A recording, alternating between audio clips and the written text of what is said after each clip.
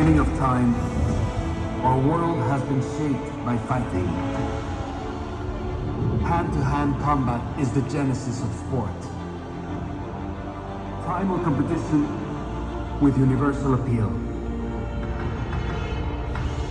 Every corner of the globe has fighting traditions and heroes. But no culture embodies the fighting spirit more than Mexico. No place on earth has produced more legendary warriors. A heritage so ingrained in Mexico's identity, it's woven into the very fabric of the country. Only Mexico has a flag emblazoned with a fight. An eagle and a serpent. The eternal battle for the soul of the nation. This is the night we celebrate Mexico's independence and warrior spirit. This is the night the worlds of sports and entertainment come together. This is Noche UFC.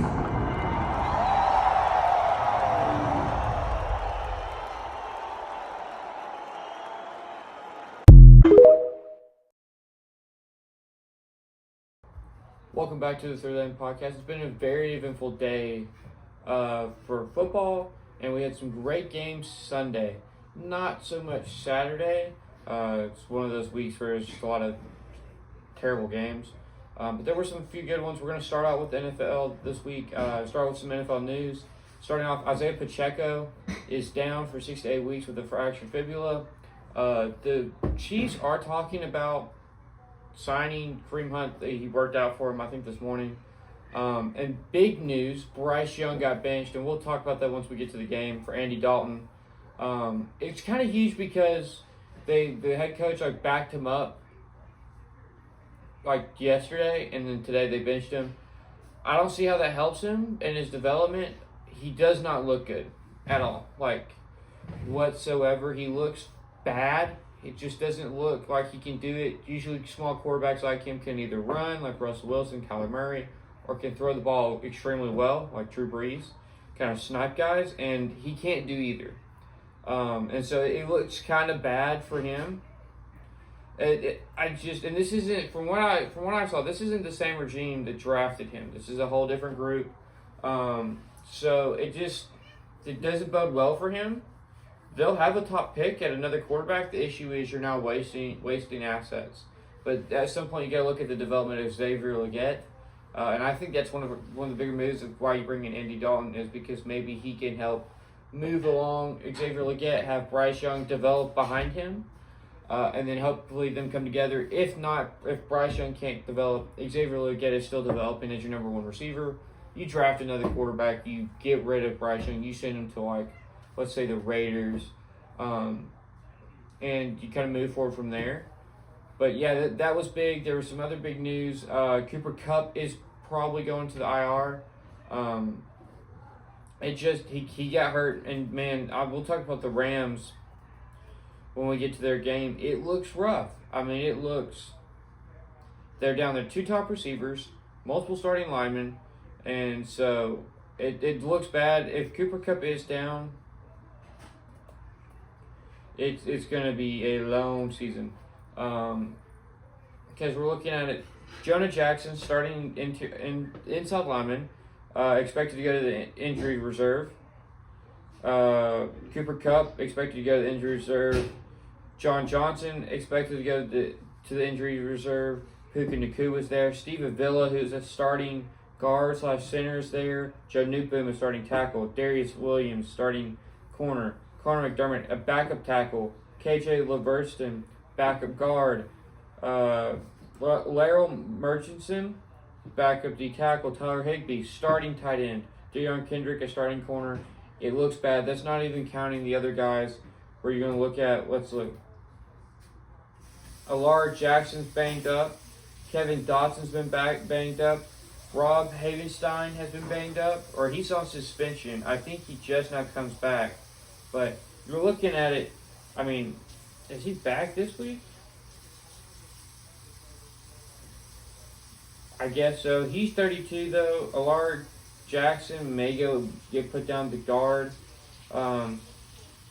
but it just does not look good. They've brought a lot of guys up from the practice squad, signing some free agents. Now losing Cooper Kupp. Jordan Whittington is going to get put into the starting lineup as one of the starting receivers. I think he's going to be good. He was solid for for Texas when he first was there, and he kind of just fell down with Donnie Mitchell and Xavier Worthy. But I think he can be good. But man, they're short on receivers. The only other receiver is Garyon Christian.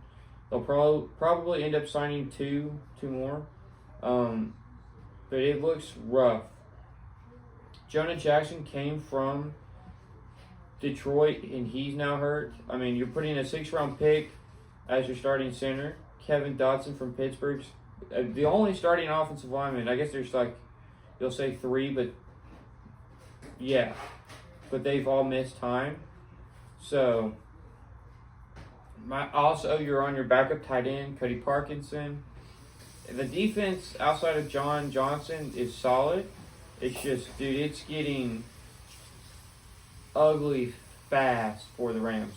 But we're going to move on to the NFL games. And so, the big news came, we'll start with Thursday Night Football. The Bills kind of just blew out the Dolphins. And, big thing was Tua having that concussion. Came out today that he said he's still going to come back and play. I don't think that's a smart decision. He obviously, it's getting worse for him, and he's risking quality of life as he gets older. But he struggled. Devon Achane, carried the team rushing yards, was the leading receiver. Jalen Waddle had 41 yards. Tyreek Hill had, 24. Just a very quiet game for them. The defense really did nothing at all. And you look at the Bills, Josh Allen had, 139 yards, but he kind of just game managed because James Cook just took over. He had 11 carries, 78 yards, 2 touchdowns. And then he had, another catch for 17 yards and a touchdown. I was going to put him at dude of the week, but it wasn't good enough in a way. Khalil Shakur broke out in a little bit. Keon Coleman had no catches. And Don Kincaid and Ty Johnson. The one catch for 33 yards was big. Ed Oliver and Von Miller both collected sacks in the game. And I think that this team, the Bills, are going to round into form. And once Keon Coleman gets going, it's going to be a good team. James Cook is one of the better backs in the league. They've got 2 of the better tight ends.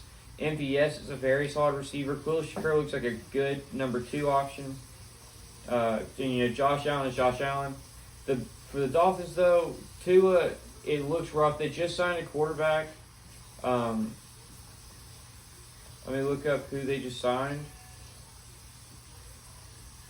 They signed Huntley, Tyler Huntley from the Ravens practice squad, which kind of shows that Tua is probably going to miss a lot of time.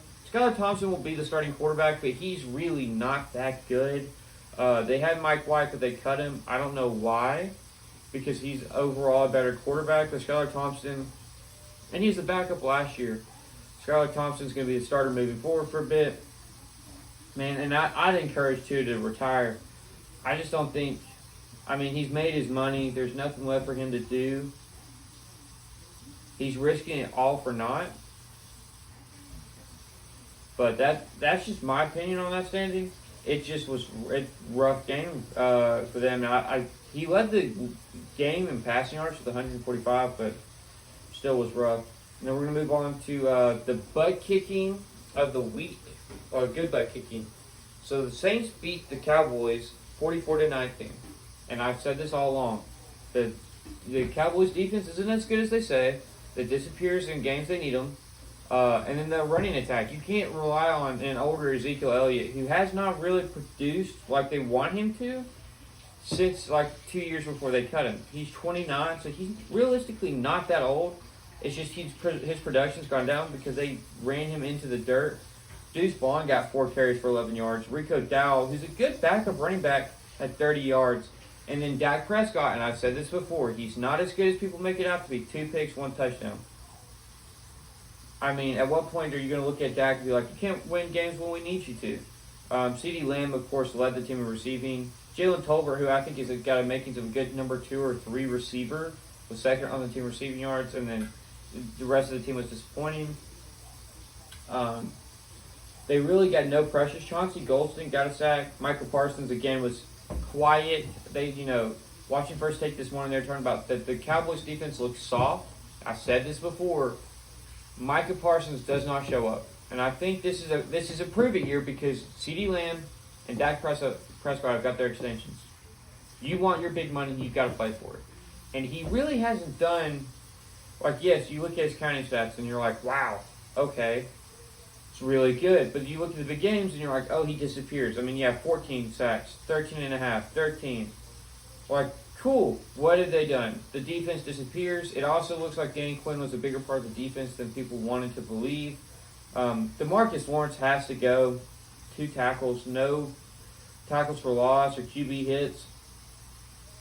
None for Micah Parsons too, but he's younger. It just looks bad.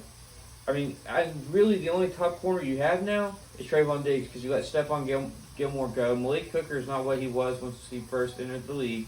This is looking at the Cowboys and being like, oh, you're going to be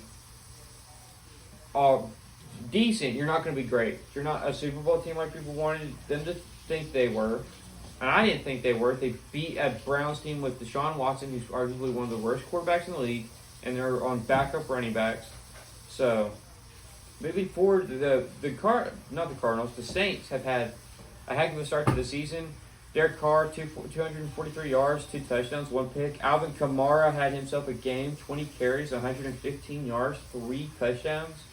Rashid Shaheed looks like a dude right now for 4 catches, 96 yards, and a touchdown. Back-to-back weeks of strong performances. Chris Olave finally showed his head. And then Alvin Kamara, 2 catches, 65 yards.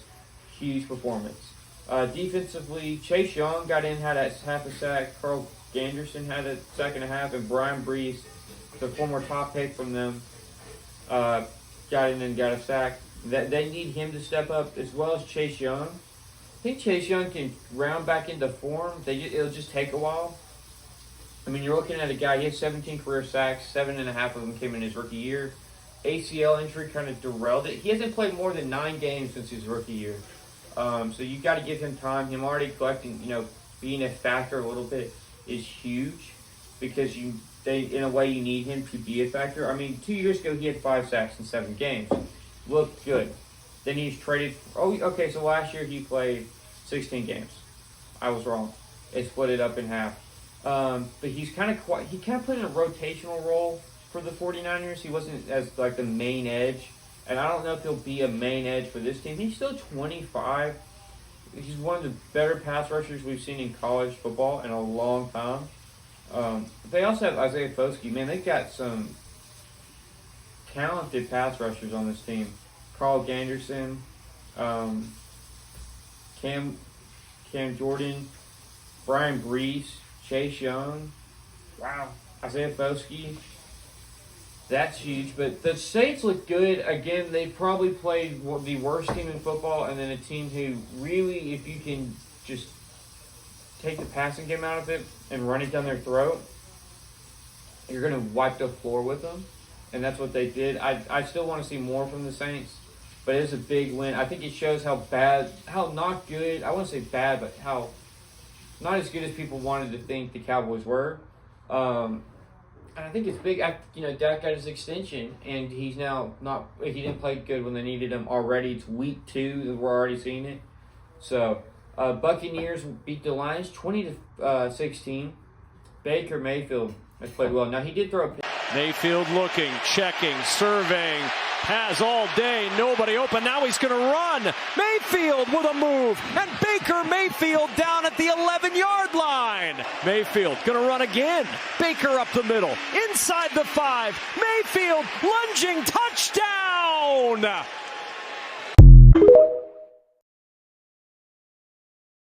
He only had 185 yards. This is the least amount of touchdowns thrown in the first 2 weeks of an NFL season ever. They're at 66. Now, Monday Night Football is about to start, so that's going to go up. But last year was 84, and the year before that was 106. So it's going down. But Baker Mayfield, he also had 5 carries for 34 yards and a touchdown. He was a dude of the week last week. Great performance. Chris Godwin, 7 catches, 117 yards, 1 touchdown. He's back to pre-ACL form. The issue with the Buccaneers is that they have no running game. Rashad White, 10 carries, 18 yards, 1.8 yards per carry. Bucky Irving, 7 carries, 22 yards. Then you have Baker Mayfield leading the team with 5 carries, 34 yards. If Jared Goff is not forced to throw the ball 55 times and throws 2 picks, the Lions most likely win this game. But Amon-Ra St. Brown and Jameson Williams had marquee games where this is what you want to see week in and week out. 119 yards from Amon-Ra St. Brown, 79 yards from Jameson Williams. And then Khalif Raymond can be a second or be third. Or Sam Laporta was quiet. 2 catches, 13 yards. They also have Tim Patrick to kind of round out the group. I mean, that team's going to be good. And then an insane stat that happened was Aiden Hutchinson had 4.5 sacks, which is crazy to see him do that. He's really the only guy, and I said this last year when they drafted, or I said this at the draft, when they drafted 2 defensive backs, that you should have gone out and got yourself another pass rusher, because outside of Aiden Hutchinson, you don't really have anybody. And he had 9.5 sacks and 11.5 sacks, and now he has 5.5 through 2 games. He's going to be on set for a monster year, but once the playoffs happen, they're going to really take him out. They're probably going to double team him and then have someone chip him off, put him in the middle of the double team, and kind of just pin him down through there. The Lions, I mean, they look good. It's a rough loss, but I think their major weakness is pass rush. And I'm going to look because I may be wrong. They may have brought someone in to help with the pass rush. There's no one on the IR. They brought in Marcus Davenport, which he can be good, but from one of the looks of it, he was quiet. Yeah, it looks like he did not even register a tackle, which is an issue. They need someone to kind of be that force. Jack Campbell had himself a big game. Brian Branch, 2 of their big picks that they were hoping to turn out. Teron Arnold has had a rough start to the season, but he looks like to be big. I mean, I just still don't. You have Kirby Joseph, too. Yes, you lost C.J. Gardner-Johnson, but you didn't need to draft 2 defensive backs. You also brought in Carlton Davis, the third. Really no point in bringing all those, drafting with your second-round pick, Ennis Rakinshaw straw. There was, no point. Because he's a backup. You could have signed someone. You probably could have gone out and gotten, Jeff Okudah. Bring him back. Someone like that. But moving to the Buccaneers, offensively they were solid. Defensively had no pressure at all. They got 2 picks. But I think another issue for the Buccaneers, like the Lions, is they had no real pass rusher. You have nobody, really. Joe Shaka Tryon, but he isn't what they wanted him to be. I think they declined his 5th-year option. Outside of that, nobody. Nobody. Where they're like, yeah, big on, oh, he's got potential.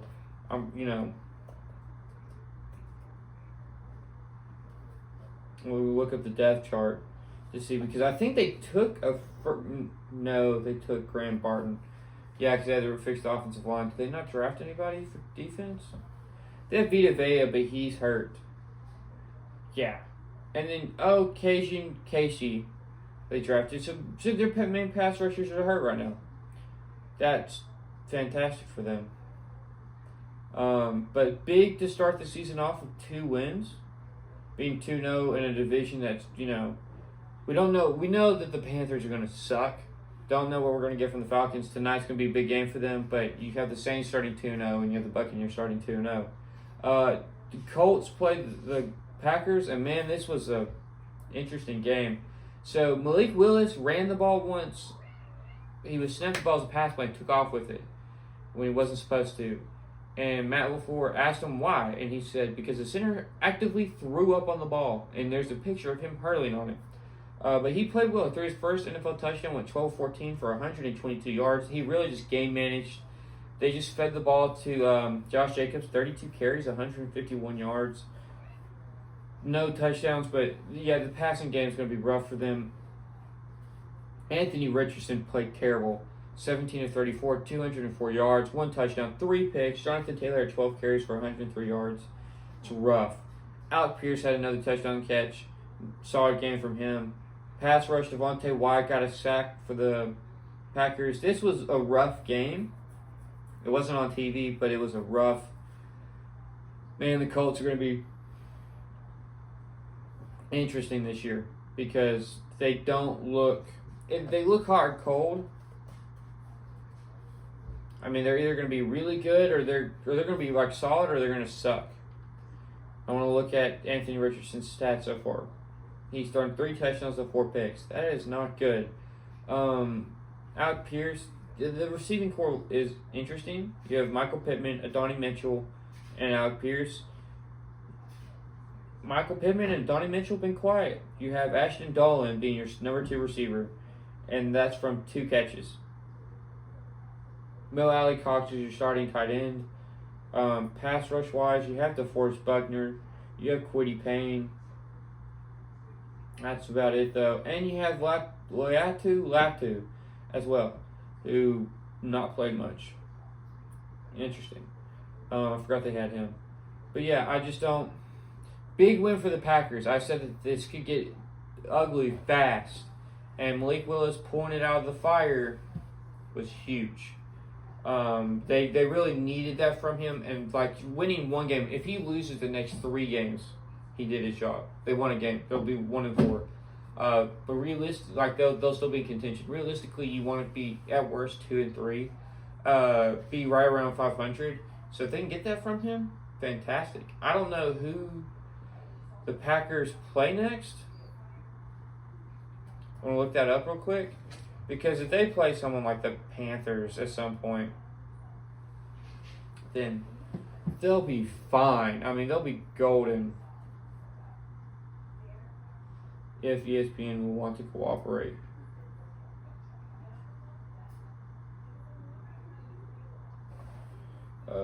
Schedule. They play Tennessee next. So yeah, they can realistically, and the Rams, they can realistically win 2 out of the next 3 games. And then it gets rough from there. Tennessee, we're about to talk, that's the next game I'm about to talk about. Look awful. The Rams have been just mollywalked with injuries. Who knows who's going to go down next? If they lose another receiver, it's going to be bad. If they lose another offensive lineman, I think they can survive another offensive lineman going down. But outside of that, man, it's just rough.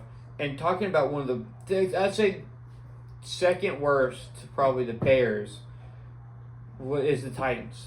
And it's because they had a solid defense. Will Levis had 192 yards, a touchdown, and a pick. And I said this all along, and all my Titans friends were like, oh, he is bad. And I'm like, yeah, I told you. He made a dumb play where he's like falling, throws it. I don't know what the outcome of the play was. It was bad. He gets chewed out of it. I think it became a pick. And then at one point, he just heaves the ball up and gets picked off. Will Levis is not the answer. And they're going to be awful this year. They're going to be in the position for a top pick. And they're going to select either Quinn Ewers, Carson Beck, or Shedeur Sanders, or Jalen Milroe. I think Jalen Milroe is kind of slept on as a top quarterback, but that's beside the point.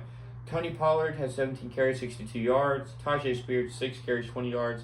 I mean, Calvin Ridley had 77 yards, 1 touchdown. Tyler Boyd was, targeted 5 times, but only had 2 catches. DeAndre Hopkins had 1 catch for 9 yards, and Treylon Burks was non-existent. All right, so looking at DeAndre Hopkins, he had 1,000 yards last year, but I think he's kind of forced. I think he's wide receiver number 3. He's 32, which isn't that old, but man, he's played a lot of ball. And so he's had to, I think he's taken a beating. Harold Landry had 2 sacks. Harold Landry's a great pass rusher. They've got, this defense is, I think, one of the better defenses in the league. If it's not for Will Levis sucking, then I think they'll be fine. But you look at Aaron Rodgers, he had 2 touchdowns, 176 yards. It was all right. Braylon Allen had a heck of a game. Breece Hall had 1 heck of a catch. He had 7 catches, 52 yards, the second leading receiver. The 2 running backs were second and third in receiving yards. They did not look that good either. It looked kind of messy. The offense isn't clicking. Mike Williams and Allen Lazard don't look that good right now. Garrett Wilson showed up this week. But relying on your 2 backs to be your main source of offense, receiving and rushing is going to be an issue. Jermaine Johnson just went down with the torn Achilles. Now, Will McDonald had himself, and he was an honorable mention for Dude of the Week. He had 3 sacks. And so he had 3 sacks in his first really extended look. Solomon Thomas had a sack. That's huge. They needed that from him because now he's going to be stepping in as one of the starting edge rushers. And, you know, he's already 25, so he was like 23 when he left. Doing weird things. There we go. It's kind of, you know, they needed that. He's a first-round pick. Yeah, so he'll step in as the left defensive end. They had Javon Kinlaw, but you're really lacking a lot without Hassan Reddick. And if I'm the Jets at this point, pay the man his money. Give him the extension. I mean, what are you? You want to win a title? You need that, like severely, because your first-round pick is a tackle. Again, you did not address the lack of talent at tight end, and now you're down your edge rusher, who's supposed to be on the other side of one of the best pass rushers in the league right now, but he's not playing because he wants a contract extension, and you need it badly because Michael Clemens is not the answer. It's just the Jets are 1-1. They did not look good against the 49ers, and we'll talk about the 49ers when we get to them. They looked bad. This just looked like it's kind of been a lot of chaos going on. And it looked like that again, you know, Sunday, but it was kind of just like the Titans refusing to win, just sucking. So the Titans, I think, are probably one of the other worst teams in the league. They just have a lot of talent. Now, one of the shocking games of the week, Minnesota won 23-17 against the 49ers. Now, Christian McCaffrey's on the IR now with the Achilles injury. Brock Purdy was sacked 6 times. He had 319 yards, but threw a pick, had a touchdown. Jordan Mason had 20 carries, 100 yards, and a touchdown after an insane performance on Monday Night Football last week. Kind of breaking out. Deebo Samuels is now hurt, but he led the team in receiving yards, 8 catches for 110 yards. George Kittle, 7 catches, 76 yards for a touchdown. Brandon Ayuk, who's slowly coming along. If Deebo Samuel goes down, they'll lead him big. And Week 5 is when Ricky Pearsall is looking to come back, so that will be huge. 2 sacks for Nick Bosa, 1 for Fred Warner, 1 for Kevin Givens. They had 4 sacks. They also Vitor Gross-Matos. Wow. But you look at the Vikings. I said that Sam Darnold's a solid quarterback. He had 268 yards, 2 touchdowns, a pick. Ty Chandler had led the team in rushing, 10 carries, 82 yards. Aaron Jones only had 32 yards rushing. Justin Jefferson, who's now hurt, had 4 catches, 133 yards, and a touchdown. And if he goes down, Jalen Naylor is your your top receiver because Jordan Addison's out. He's down with injury too. He had 3 catches, 54 yards, and a touchdown. Outside of that, you had Aaron Jones, your third receiver, Trent Sherfield Sr. as his receiver, and Brennan Powell, who bounces around the league. Now, Blake Cashman had a sack. Pat Jones II had 2 sacks. Andrew Van Ginkel, Jonathan Greenard, who was great last year for the Texans, and then the team was credited with a sack. They also have Dallas Turner. They're going to be an interesting team, right? I don't think that when the Packers play them without Jordan Love, they win, which then puts them as the best team in their division, which is huge because Detroit's 1-1. Chicago looks bad. Again, they won the pissing contest between them and the Titans. But next is the New England game versus the Seahawks. New England looks like they have they're punchy. And I think it's because Ramondre Stevenson is the dog. He had 21 carries, 81 yards. Antonio Gibson had 11 carries, 96 yards. Jacoby Brissett doing great things, not turning over the ball. Hunter Henry had himself a heck of a game. 8 catches, 109 yards. Then the second receiver, Jalen Polk. 2 catches, 12 yards, and a touchdown. They need him to come along. They also have KJ Osborne. But you look at it, Geno Smith, 33 of 44, 327 yards, a passing touchdown. Zach Charbonnet, leading 14 carries, 38 yards, a rushing touchdown. But then DK Metcalf, 129 yards. Jackson Smith-Njigba, 117 yards. Huge. They needed that. Now, Keelan White, who had 2.5 sacks last week, had another sack and a half. Kyle Duggar had a sack. Leonard Williams had a sack and a half for the Seahawks. Byron Murphy had half a sack, and Boye Mafe had a sack. The Seahawks have one of the better defensive fronts. I think the Patriots are going to be scrappy. And if you put Drake May in this team with the cannon of an arm he has, they're going to be scary. Next up is Washington and New York. And man, let's talk about this. Now, Daniel Jones did not play terrible. Did not play great. Did not play terrible. He had two touchdowns, but only had 178 yards passing. Devin Singletary had himself a game, 16 carries, 95 yards, but the score ended up being 21-18 Commanders. Commanders, mind you, did not score a touchdown. The Giants scored 3. So they kicked off field goals. Brian Robinson had himself a heck of a game, 17 carries, 133 yards. Jaden Daniels was solid. Was sacked 5 times, but 226 yards passing, 44 yards rushing. Austin Eckler, I think he's way past his prime. Zach Ertz had a solid game. Noah Brown. They just don't really have anybody outside of Terry McLaurin where you're like, wow, I'm scared. Place you downfield. It's going to get you a lot of yards a game, and Terry McLaurin started slow. Malik Neighbors broke out. Now Malik Neighbors did break out. 10 catches, 127 yards, and a touchdown. Outside of that, we're looking at a lot of games right now where just top receivers are catching all the passes and nobody else, which is huge. They needed Malik Neighbors to kind of break out like he did because it kind of keeps them relevant offensively. Defensively, Michael McFadden, Drew Phillips, Jason Pincock, and Bobby Okereke all had sacks. Clinton Farrell collected a sack for the Commanders. That's a Dante Fowler as well, and Dorrance Armstrong, former Cowboys Bev, and Michael Walker, former Falcon. They also have Noah Igbenogany, who was a bust of first-round pick, and then Mike Sandstrom. When was he taken? A second-round pick.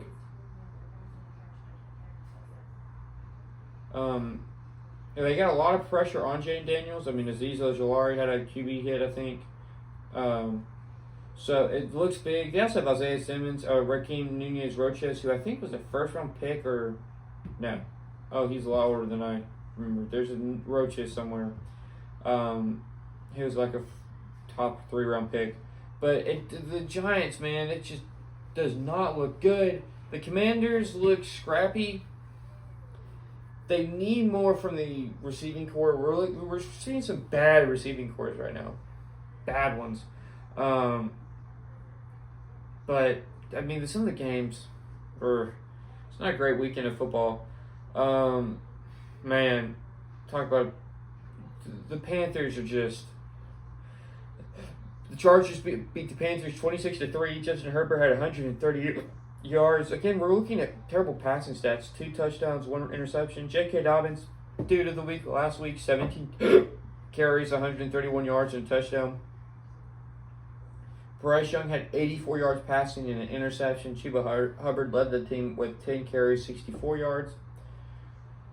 Quentin Johnson, though, had 2 touchdown catches for the Chargers, and he's kind of showing up and being what they wanted him to be last year. But now this year, I just don't think – I'm worried that Harbaugh will not utilize Justin Herbert the way he can, pushing the ball downfield.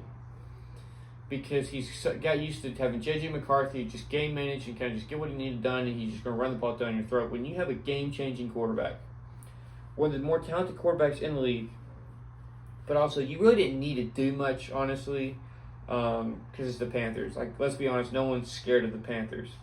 It's going to be a while before they're good. Denzel Perryman collected a sack, and Joey Bosa as well. The Panthers are just so bad. The offensive line is terrible.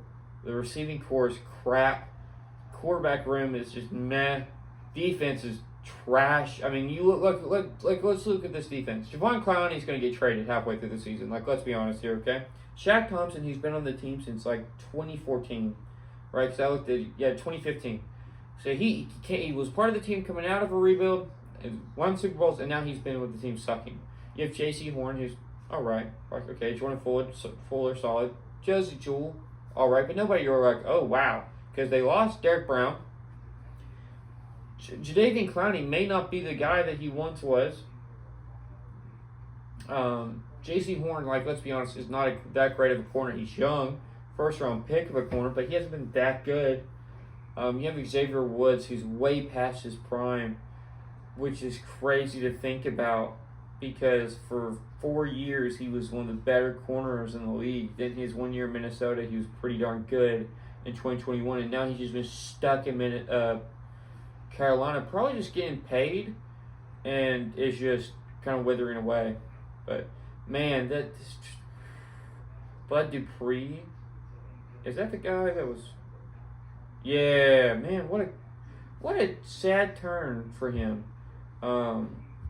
He's just not the same guy. He had 6.5 sacks with the Falcons last year, but he's not the same guy he was with the Steelers. Neither is that Steelers defense. But dude, it's just the Panthers are the worst team in football. They're White Sox bad, and that's saying a lot. And come to find out, the White Sox are not going to spend any money in free agency. They're 33 and 115, or like 120. By far one of the worst records all time. He's like, we've got our guys that need to improve. Brother, the whole roster needs to get better. The team is crap. Then they'll probably make some trades. I mean, hopefully Garrett Crochet gets out of there, but don't get me started on them. We're about halfway through.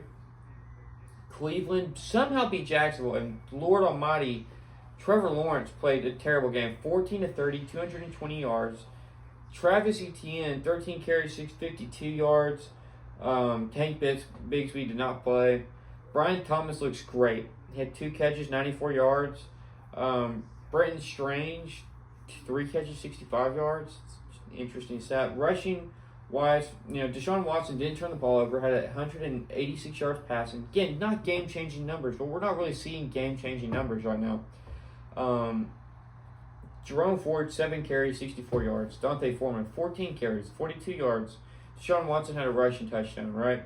Jerry Jeudy led the team, though. 5 catches, 74 yards. You like to see that. Defensively, Jordan Hicks, Myles Garrett, and Alex Wright and Quentin Jefferson all had sacks.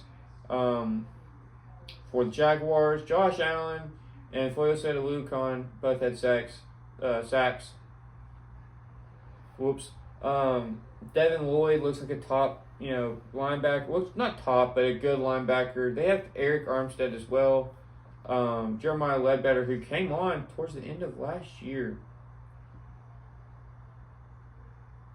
He had no sacks last year. There was a Ledbetter that was kind of going nuts last year towards the end. I thought that was him, but I might have been wrong. Trayvon Walker didn't have a sack. He had 2 tackles.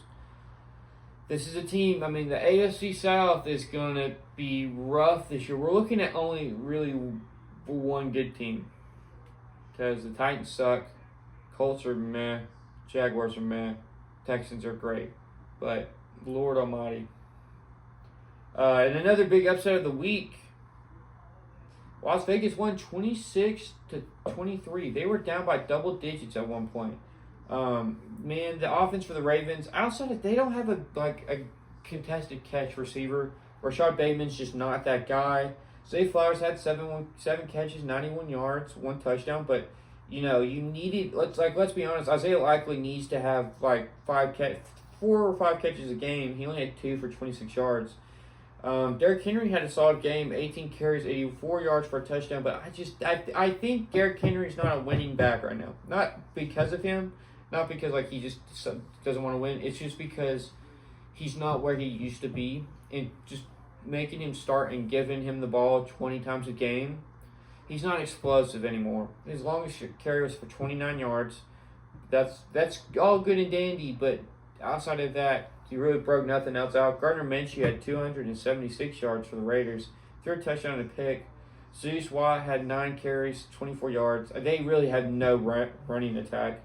Devontae Adams had himself a game, 9 catches, 110 yards, and a touchdown. Man, he's probably happy that Jimmy Garoppolo is gone. Rookie Brock Bowers had 9 catches, 98 yards.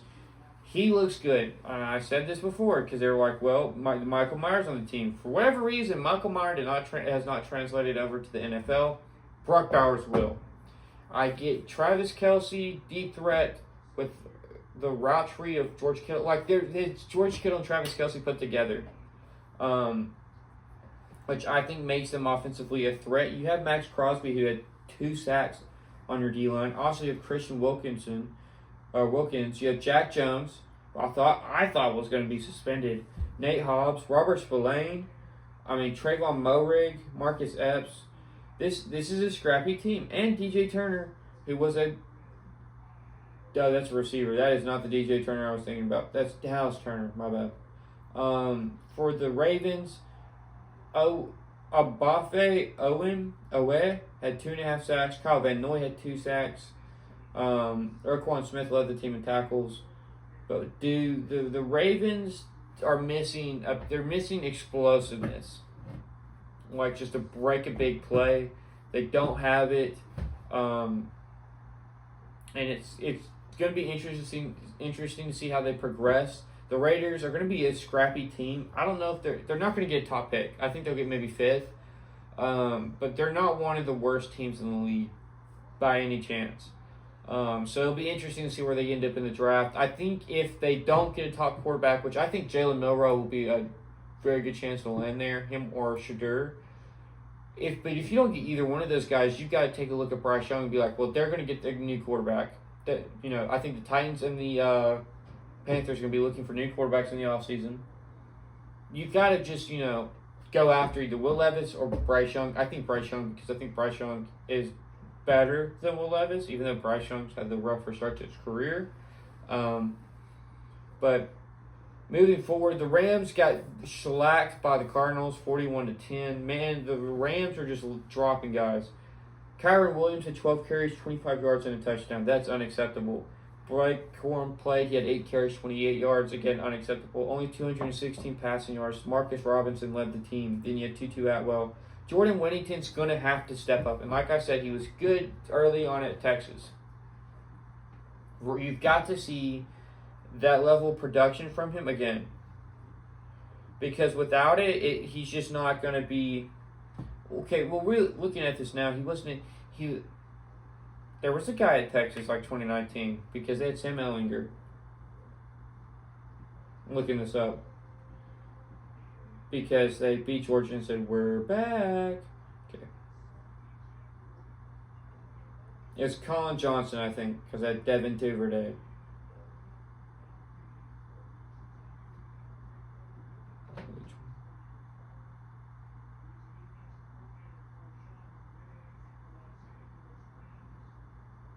Yeah, no. Okay, I was wrong. He played better down his career. And we'll talk about Texas later on when we get to the college football side of things.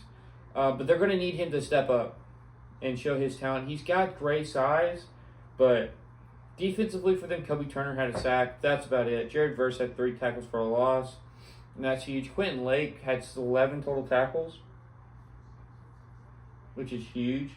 That defense, man, is just not scary. Zaven Collins for the Cardinals collected a sack. Kyrus Barnes had a sack. Dennis Gardeck, who I thought maybe put him on there, had 3 sacks.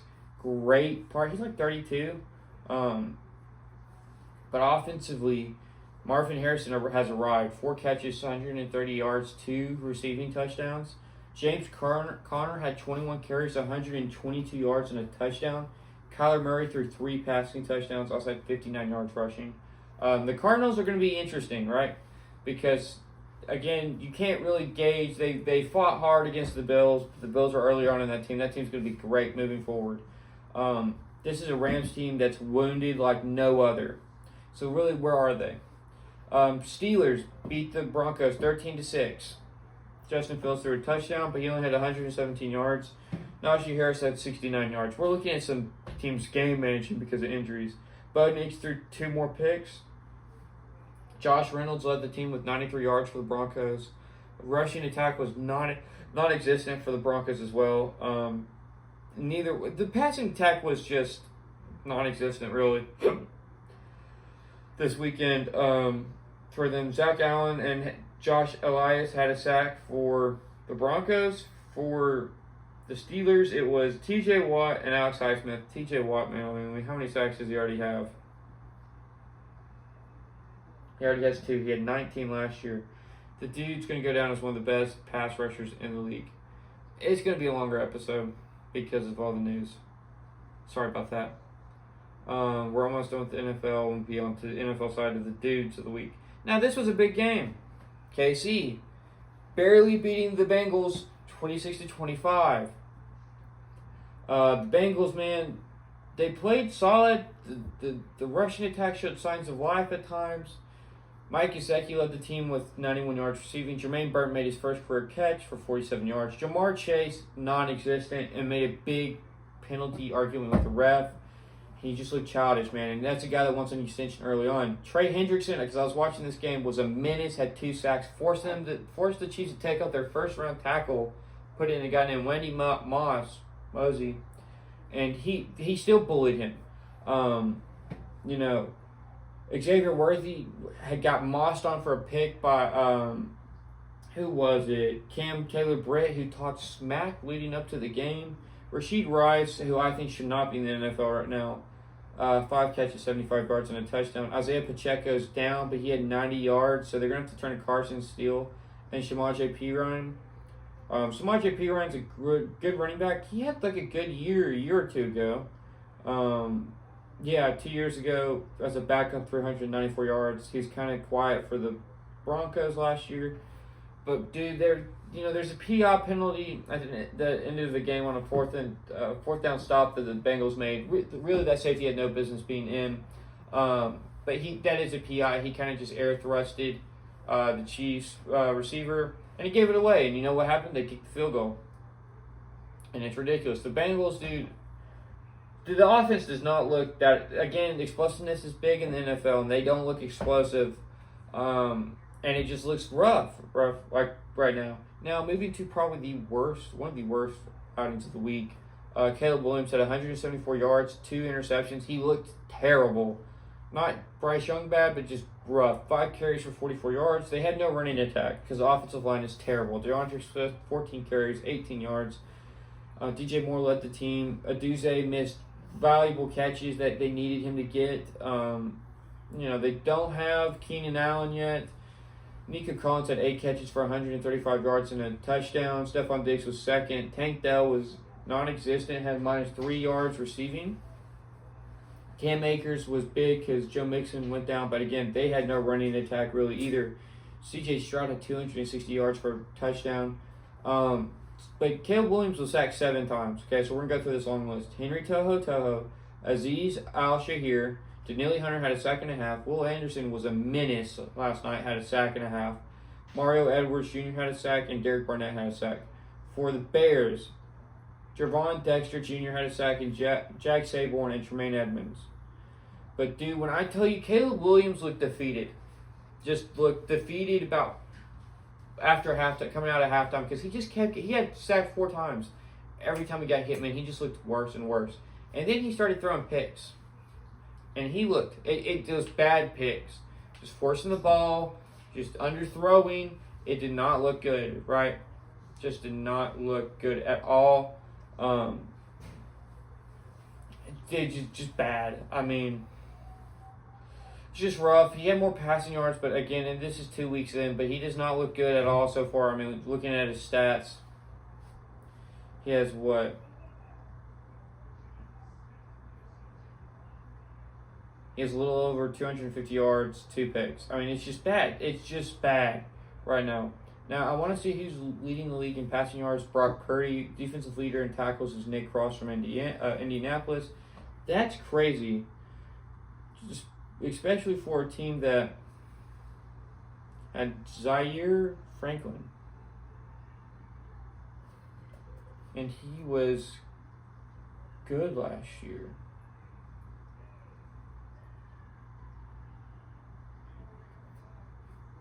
I want to see if he's just got up to a quiet start. Nick Cross is a safety. Yeah, Zaire Franklin's still on the team, so he's just had a great start to the season. J.K. Dobbins led the leagues in receiving or rushing yards. Aiden Hutchinson, 5.5 sacks. Pat Jones, the second, has 4. Keon White has 4. Harold Landry has 3. Receiving yards is Nico Collins, and interceptions is Jamarcus Ingram and Xavier McKinney. So it's been a good start to the season. Offense is down, defense is up. But dudes of the week for the NFL. Starting off, Alvin Kamara is the number 1 dude of the week. 20 carries, 115 yards, 3 rushing touchdowns, 2 catches, 65 yards, and a receiving touchdown. Massive performance, blowing out the Cowboys. making their defense look stupid, just dumb. Second dude of the week, Kyler Murray. He didn't have eye-popping stats, but really just kind of rebounding from all the crap that was talked towards him.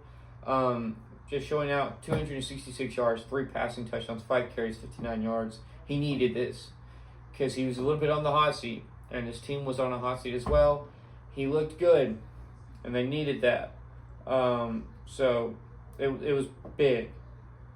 Moving forward for number 3, another Cardinal, Marvin Harrison Jr., 4 catches, 130 yards, 2 receiving touchdowns, broke out after a non-existent week 1. They needed him massively, like big time. He's their number 1 receiver, number 1 offensive weapon outside of Kyler Murray. Let's be honest here. So that's that. Number 4, Aiden Hutchinson, 4.5 sacks. That is just ridiculous. And to still lose the game is insane. Shows you need more help defensively, but had himself a heck of a game. One of the best pass rushers in the league right now. And 5th but not last, Jordan Mason broke out in the first game of the season on Sunday Night Football, or Monday Night Football against the Jets, had over 100 yards rushing, and had, I think, 1 or 2 touchdowns this week, 20 carries, 100 yards, averaging 4 yards per carry. Big. They're going to have to rely on him a lot with Christian McCaffrey down. Massive performance. That's that for the dudes of the weeks for the NFL. I told you I was going to cut it down, and I did. Starting out, going to the NFL. And really the first big game was Kansas State and Arizona. And Kansas State beat the dog crap out of Arizona. It's 31-7. Noah Fifta had 268 yards, a pick. They really had no rushing attack. McMillan had 138 yards again. The dude's going to be a top pick in this year's draft. Avery Johnson was insane. 156 yards passing, not really big, but 2 passing touchdowns. He had 17 carries for 110 yards rushing. DJ Giddens, last week, one of the last week's dudes of the week, had 17 carries, 86 yards, and a touchdown. It was a huge performance. Really kind of disappointing because Arizona looked really scary. But Kansas State looks scrappy. They look just like a hungry team. And it's going to be interesting to see how they move forward as the season progresses. But yeah, another game. Kansas lost to UNLV, which was huge. Just 20-23. We're not going to really go deep into that. Jalen Daniels does not look like the same guy he was. And it's just huge. There's not many good games in college football this week. But next up is Georgia, number 1. Man, this guy's a Georgia fan. I was worried. We played sloppy. We did not tackle at all, and we somehow came out with the win. Because you look at Kentucky stats, outside of this insane running back, 22 carries, 98 yards, that's good against Georgia. They did not play good. We played better. Dominic Lovett had 6 catches, 89 yards. Trevor Etienne, 19 carries, 79 yards. So got 3 sacks against them, but dude, it was not a good performance by Georgia. I was getting texted by Tennessee fans all week, or all afternoon, like, ooh, we're better. I'm talking about Tennessee, okay? Tennessee has played no one. When they played a half-decent team, they threw 2, Nico threw 2 picks. The deciding game this week, because Georgia's off, before they play Bama, is they're going into Oklahoma, which is a very tough place to play. Deciding where my personal beliefs, I'm putting that aside for Tennessee, seeing how good Tennessee is going to be this week. If they get dogged on, it's going to show what I believe. But if they perform well and keep it a close game or potentially win, they're a good team. Again, I don't think they're much of a threat this year because, again, Nico has struggled, and I don't think he'll do that good against top teams. But I think they'll be a lot better than I think right now. But that's that. Right? Okay, so Texas beat UTSA. Big whoop. Why am I covering this game? Because they won 56-7. Quinn Ewers went down with an abdomen injury. He had 2 touchdowns and a pick at 185 yards. So Archie Manning came in 9-12, 223 yards, 4 touchdowns. He also had a 67-yard run for a touchdown. Had 3 carries, 53 yards, 4 touchdowns. That is huge. Because let's be honest, he's the future of Texas football. He'll play at least start 1 whole year. That is huge. That is a massive performance from them. They needed that dearly, and it is just they needed to rely on that massively. And he kind of showed if Quinn Ewers is down, they're going to be fine, dude. Like, they're going to be great. Maybe they're better, but, you know, once Quinn Ewers comes back because it's Quinn Ewers and everything he's done, he's going to take the starting spot back. Moving forward, 6 Missouri played 24 Boston College. It's 27-21. Thomas Costello threw 2 picks, but threw 3 passing touchdowns. They had no rushing attack at all. Brady Cook had a touchdown. Nate Noel starting to break out, show that the running back they need him to be. 22 carries, 121 yards. Luther Burden, 6 catches, 117 yards. Huge. Missouri squeaked that one out. It was a rough weekend for SEC teams. The game of the week, I think, was LSU, South Carolina. But moving forward, again, no real good games. I mean, Utah State. Cam Rising's out, so it was a little bit interesting, but Utah won 38-21.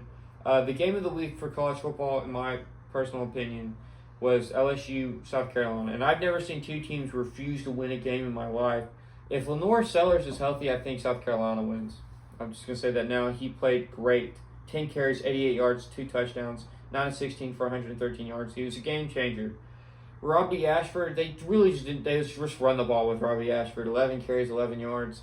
Raheem Sanders, 19 carries, 143 yards. Every time South Carolina had a turnover, they had a penalty. Or they got a big sack or got a big play, penalty. It looked bad. Now, Caden Durham was a dude this week. He had 11 carries, 98 yards for 2 touchdowns.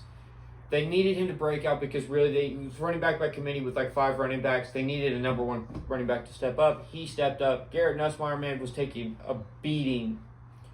They won by a last second. Like South Carolina, this was a big mistake. Okay, I think this was a fantastic game, but it's also a rough game to watch. There's so many mistakes. You're like, oh, what's going to happen next?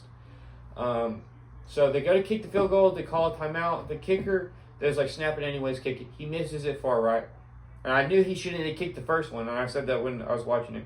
So they come up through the real kick. He kicks it. It's going dead middle, but the way he kicked it, it then veers off to the left.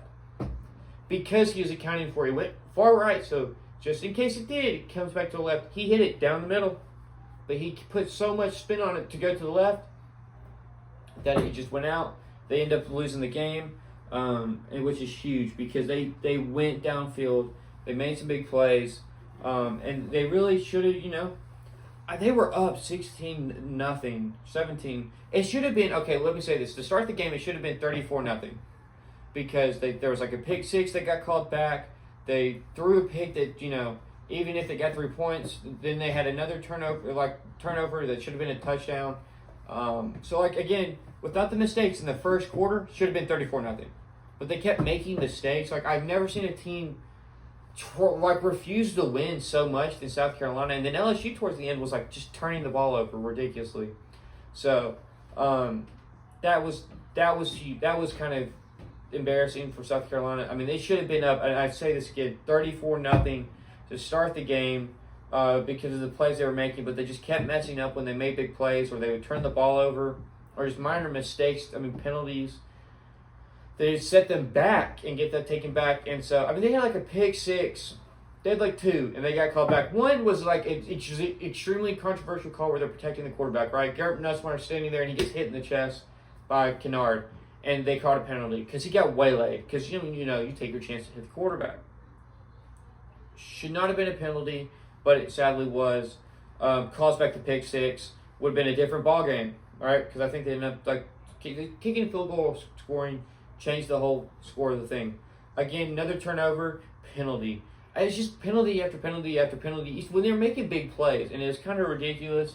LSU made the last mistakes, so they ended up winning the game. Scrolling through here, Michigan versus Arkansas State is 28-18. Davis Warren threw 3 picks. They announced it today. Alex Orchie's the starting quarterback. I think he should have been the starting quarterback all from the get-go. There was no business that he wasn't, but for whatever reason, they took him out. He lost camp and he just didn't get it. Florida, and we're talking about the 2 Florida teams real quick. Florida lost at A&M 33-20. They don't look good, right? DJ Lagway, let's be honest, is the future. He needs to play more because they're not going to do much this year. Marcel Reed should be the starting quarterback for A&M moving forward. Connor Wegman is bad. I'm not a big Connor Wegman fan. Le'Veon Moss had himself a game, 110 yards carry, 110 yards on 18 carries. But dude, was Florida just not good.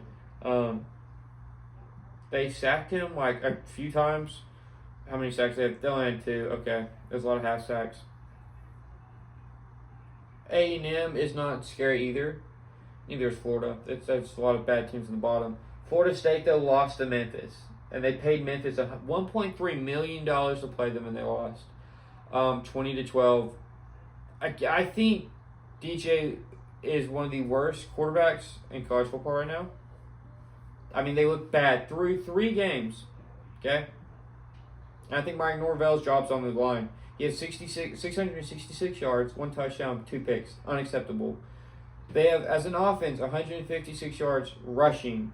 Malik Benson and Ja'Kerry Douglas are the only 2 receivers over 100 yards.